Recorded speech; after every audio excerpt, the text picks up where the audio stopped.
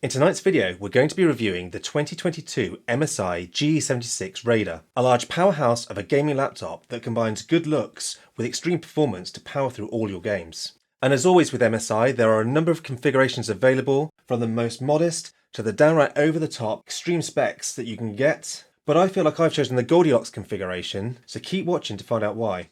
Hi, this is David at MSI IT. Now I get through loads of gaming laptops in a year, and it really makes me question what makes a great gaming laptop and what specs should the average user buy. So when I saw this MSI GE76 listed, I realised that this could be the perfect configuration for the majority of gaming users out there.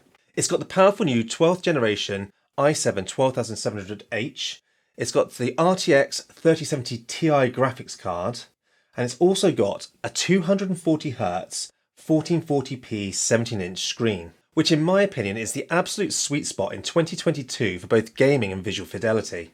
We also get 32GB of DDR5 that populated 2 removable DIMM slots, so you can upgrade that later. We also get a 1TB PCIe Gen 4 SSD and a spare slot, so you can add another drive later as well if you wish. We've also got the latest connectivity in Wi-Fi 6E, making this a great all-round package. And not only are the specs good, but the port selection and location is very good. So on the right side, you can see we've got some speaker grills, a headset jack, a USB-C with DisplayPort pass-through, a USB-A and some venting, and at the very end a Kensington lock. I don't think anybody uses, but they do still add them. And on the right side, we've got 2 USB-A ports, a full-size SD card slot, and some more venting. And as I move around to the rear, we've got the power connector, which does look a little bit like a USB-A port, so that's a bit confusing, but that is the power jack. We've got an HDMI 2.1 connector, an RJ45, a Thunderbolt 4, and a mini DisplayPort.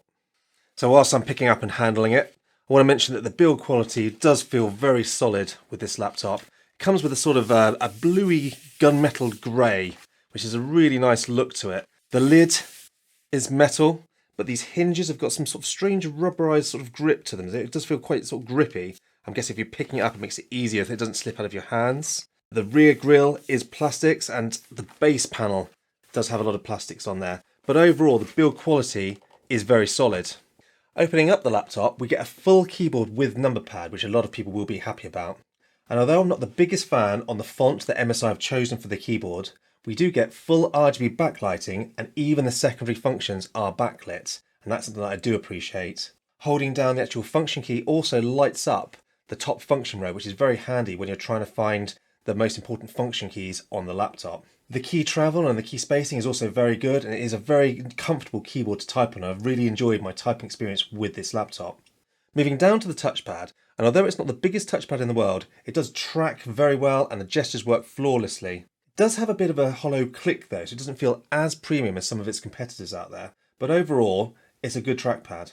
And down below the trackpad we've got the Aura light bar, which is an RGB light which is very subtle and looks very good in my opinion. It doesn't glare into your eyes and just glows subtly away, and that can be adjusted in the SteelSeries software, where you can also adjust the lighting for the keyboard. Flanking either side of the keyboard deck we can see some more speakers, and the speakers sound like this. Audio test at 80% volume.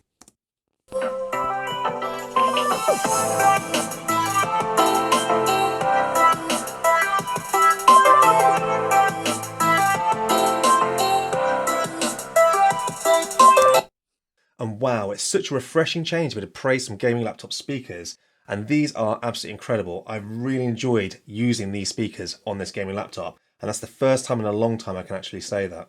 So moving up, we get to the 17-inch screen. Now I did mention the actual screen in the specs at the beginning of the video, but I want to elaborate on why I feel that in 2022, this is the screen that you should be buying as a gamer. Not only is it a bright and vibrant screen with great colours, but the 1440p resolution on this 17-inch panel is the absolute sweet spot between being able to power this screen at native resolution with your 3000 series graphics card and the visual fidelity you get both in games and in work. And let's be honest, if you're spending this much on a laptop, I'm hoping that you're going to be doing more than just playing games on it. Now 1080p is a great resolution if all you're going to be doing is gaming, and if I'm playing a game and I'm stuck at 1080p, I'm quite happy doing so, because when the game's flowing, I'm not pixel peeping all the time. But if you want to do more than that, such a bit of content creation or some content consumption, or you're spending a lot of time reading or writing text, the 1440p on the screen is so incredibly crisp, it makes that kind of work an absolute joy, whereas 1080p is very pixelated when you're actually using it. And if that wasn't enough to sway you, then this screen is also HDR capable, and it's 240Hz and an incredibly fast and responsive panel, which makes gaming an absolute joy. Above the screen, we get a webcam which looks and sounds like this. And this is a test of the webcam and the microphones on the new 2022 GE76 Raider. And unfortunately, there's absolutely no Windows Hello facial recognition or Windows Hello fingerprint reader with this laptop, which I feel is a bit of a miss considering how expensive these gaming laptops are. So now on to my favourite part, the laptop's performance. And wow, this laptop doesn't disappoint. The Intel i7 12700H CPU blazes through our Cinebench R23 and Cinebench 5 benchmarks, and it provides results on par with all the top tier 12th gen laptops that we've tested. The GPU, when set to the extreme performance mode, maintains its 150 watts that this 3070 Ti can provide, and it gives the laptop incredible graphics performance that's not far off last year's 3080 results. The laptop also does have a mux switch that can be turned on and off in the Control Center software, although it does require a reboot. Gaming on this laptop is an absolute joy, and we're given different profiles in the MSI Control Center suite, which allows us to choose between silenced, balanced, or the extreme performance mode. Silent provides a quiet operation that slightly reduces the CPU and the GPU performance. The CPU is capped at 30 watts in this mode. The balanced mode caps the GPU at 125 watt, but allows the CPU to boost a lot further, and provides a reasonably quiet experience so if you're gaming with other people around you, they won't be annoyed. And lastly, we have the extreme performance mode, which gives us flat out CPU and GPU performance at the expense of fan noise. It is quite loud in this mode. You'll certainly know you're gaming on this machine, but it's no louder than many of the other gaming laptops out there in their high profile settings. And obviously, if you're paying this sort of money for a laptop, you're going to want to do more than just gaming on it. And this machine cuts through any other task with ease as well. We had absolutely no problems using the most demanding code compiling, 3D rendering, or video editing software on this machine. It just absolutely annihilates it. And I have to say, being a video editor, having the full-size SD card on the side makes this an absolute joy to use for video editing.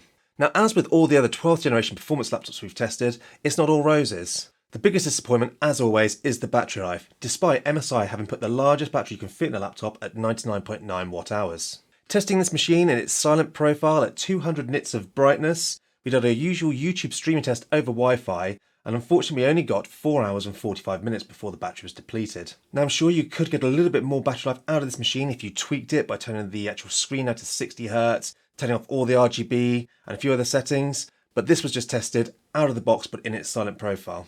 Now I'm sure we could squeeze a little bit more battery life out of this machine by turning it down to 60Hz and turning off the RGB, but it's the same with all these other performance 12th gen laptops. You're not going to get all day battery life out of these machines. Still, although the battery doesn't last that long with these 12th generation laptops, the performance on battery life is great, and it feels as snappy on battery as if you're running it on mains. But obviously, as with all gaming laptops, the Nvidia RTX cards are massively throttled down on battery because they do take a lot of wattage. So because the battery life isn't great on these 12th gen gaming laptops, expect to be carrying the 280 watt power supply with you. And unfortunately, I think this is an area where MSI need to work on. The 280 watt power brick, it's heavy, it's large, and it's got a very thick cord, making it quite cumbersome to cart around with the laptop. And also this laptop doesn't have power delivery through the Thunderbolt, so you can't even take it out on site and use a smaller power adapter to charge this machine. So then on to the conclusion.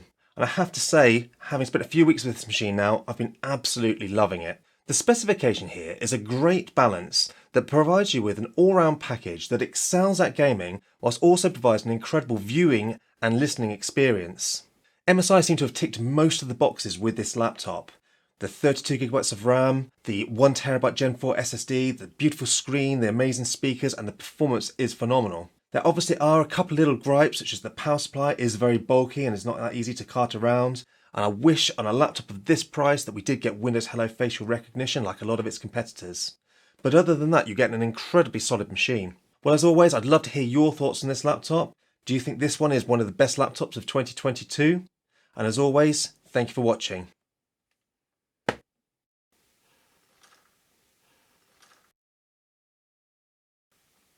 Okay, so let's do the fan noise. You ready? Mm-hmm.